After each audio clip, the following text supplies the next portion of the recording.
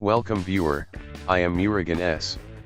This video tutorial describes how to enable or disable checkbox from Windows 10 icons.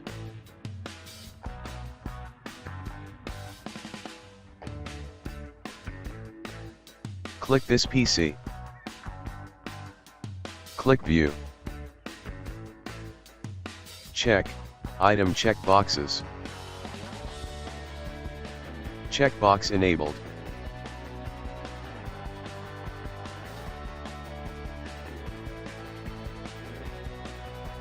Click View. Uncheck Item checkboxes. Checkbox disabled. Thanks for watching.